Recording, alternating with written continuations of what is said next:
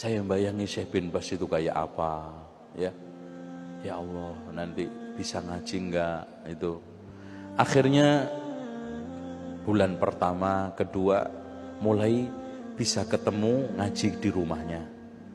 Ya, Masya Allah, ternyata tidak saya bayangkan. Tak kira wonge gede, terus gagah, susah untuk ditemui dan menjaga jarak. Ternyata Masya Allah di rumahnya, ya, beliau dalam keadaan buta. Saya lihat subhanallah surbannya sudah sangat jelek, ya. Bajunya pun sangat sederhana. Dan yang lebih membuat kita tertarik, ya Allah ini benar-benar ulama nih. Makan bareng sama kita. Jadi yang ngasih makan beliau, ya, gelar gitu. Di ngaji itu ada 2 term, ya. Habis sholat Jumat beliau dengar khutbah dulu, khutbah rekaman, terus kemudian ngaji. Setelah ngaji sholat asar, habis itu makan. Habis sholat asar ngaji lagi sampai menjelang maghrib. Terus begitu di rumah. Nah, makan sama kita, ya, cuci tangan di tempat bareng-bareng, ya. Dan tidak pernah ada apa ya, wah ini orang Indonesia, ini enggak. Saya pamit Syekh, mau belajar di antum, mohon izin. Oh ya, fadhol silakan. Ini tempat pelajaran, ini belajar siapa aja, bukan hanya untuk orang Arab, silakan.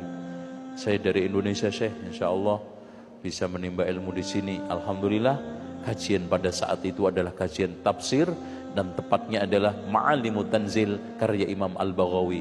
Ya, tafsirnya sampai sekarang ada karena saya beli untuk kajian itu. Pertemuan demi pertemuan, inilah sejatinya ulama. Inilah sosok karismatik.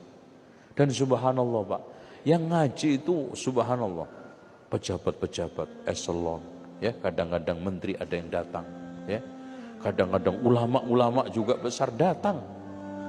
Dan yang lebih ajaib lagi, semua kelompok, mau ikhwani, mau Hizbut Tahrir, mau ini ngaji semua.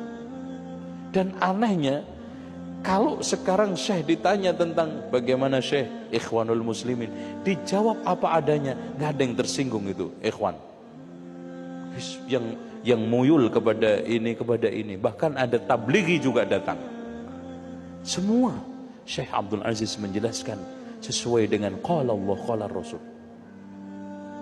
Nah, hadirin sekalian, beliau sosok yang Masya Allah, kedermawanannya. Pernah ketika saya di majelis, ada orang Badui Pak. Badui kan nggak tahu unggah-ungguh nih wong Jawa itu. Ya seperti zaman Rasul aja, Rasul lagi khutbah di stop kok. Ya Rasulullah stop, tolong berdoa supaya hujan turun. No, Rasulullah di stop. Habis itu hujan seminggu kan. Jumat depannya datang lagi, Rasulullah sebentar jangan khutbah dulu. Ini lebih parah dari kemarin. Hewan-hewan hanyut, semua rumah hancur karena banjir. Tolong ya Rasulullah, doa kepada Allah, sedang aja hujannya. Lah itu kalau nggak Badui nggak berani Pak, nggak berani. Abu Bakar coba nyetop Rasulullah, nggak berani. Nah ini sama. Syekh, afwan Syekh, ana punya hutang 150.000 rial, bukan rupiah loh Mas, ya rial. Saya punya konflik, saya punya masalah sama keluarga saya. Saya kalau tidak bayar ini Syekh, masuk penjara. Gini aja, kamu sama keluarga kamu datang semua, 150.000 nanti saya yang nanggung. Masya Allah, subhanallah Pak. Makanya beliau ketika saat menjadi rektor Jami'ah Islamiyah, ya, dia rektor yang kedua, karena yang pertama adalah Syekh Muhammad Ibnu Ibrahim Al-Syekh. Pegawai yang paling banyak utangnya adalah Syekh bin Bas, disinyalir. Bukan untuk foya-foya itu, masih bahkan ikhwan, ketika saat saya bermajlis, itu banyak yang dari Prancis, yang dari Amerika, di bawah tanggungannya Syekh. Ya? Ada yang dikasih 3.000, ada yang dikasih 2.000, ada yang dikasih 1.500 untuk kehidupannya karena nggak sekolah, nggak dapat mukafaah. Seperti itu. Dengan demikian sosok ulama yang betul-betul kita bisa jiwain, kita bisa keruk hikmahnya menjadi simpanan kita semua adalah Syekh Abdul Aziz bin Baz. Oleh karena itu tidaklah salah berlebihan kalau orang Saudi semua rakyat ketika saat wafat hadir 1 juta lebih orang untuk menyolatinya. Dan tidak salah juga, tidak berlebihan kalau memberikan titel Al-Walid, Samahatul Walid, yang terhormat bapak kita semua, bapak bangsa, bapak umat.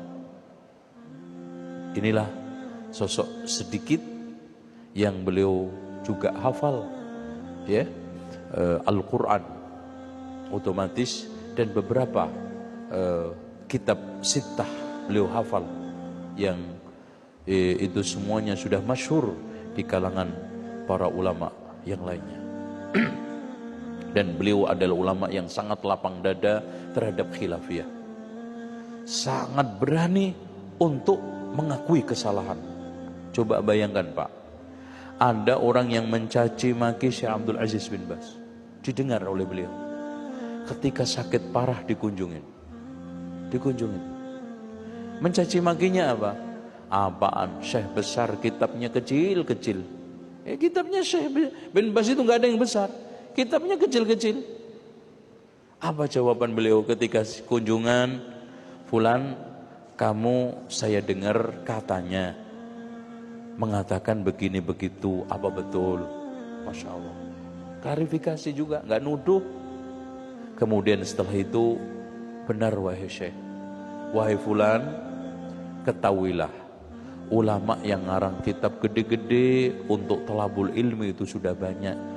Yang orang-orang awam ini jarang saya tuliskan untuk mereka. Antum lihat kitabnya mereka semua orang awam. Al-Kahana, sihir dan perdukunan kecil. 3 masalah sifat sholat, toharoh, Masya Allah. Ini Syekh Abdul Aziz bin Baz rahimahullahu ta'ala. Semoga Allah subhanahu wa ta'ala menempatkan beliau pada tempat yang mulia. Dan itulah yang mengilhami keagamaan saya sedikit dan memberikan suatu pencerah dakwah saya. Walaupun saya tidak mengaku sama sekali murid, ya, sama sekali saya hanya pernah ketemu